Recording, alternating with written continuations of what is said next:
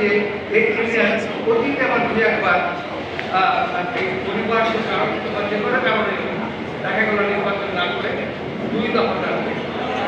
আজকে এখানে আমি দেখলাম 2টা দাবি সামনে একটা হলো যে নির্বাচন হতে হবে। এখানে আজকে সভাপতি যেটা বলেছেন যে আমাদের আগের এক ভাই বলে গেছেন যে আমাদের নির্দিষ্ট তারিখ থাকা দরকার, কিন্তু আমাদের গণতন্ত্রের নির্দিষ্ট তারিখ আছে।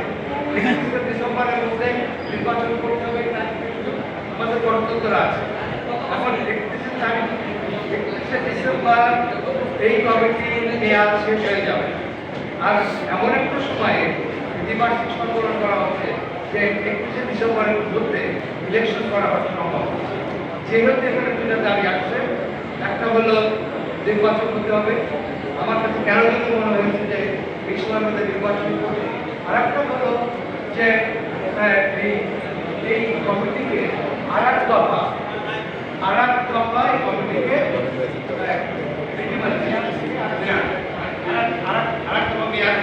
দেওয়া। এটা অতীতে একটা ঘটেছিল আমার যেটা মনে হয়, কি একটা সংকটকালের জন্য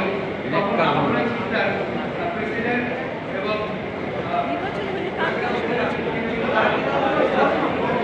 প্রধান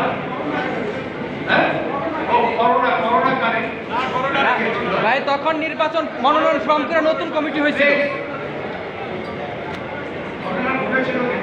নির্বাচন হয়েছিল, মনোনয়ন ফর্ম করে আলাদা নির্বাচন হয়েছিল, বিনা প্রতিদ্বন্দ্বিতা নির্বাচন হয়েছিল। এটা হয় না, কখনোই হয় না, আমি জানি না।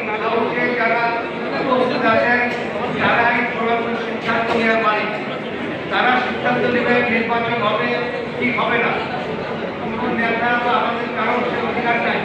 আমি অনুরোধ করবো আজকে তাকে আপনারা এটার জন্য কারা নির্বাচনের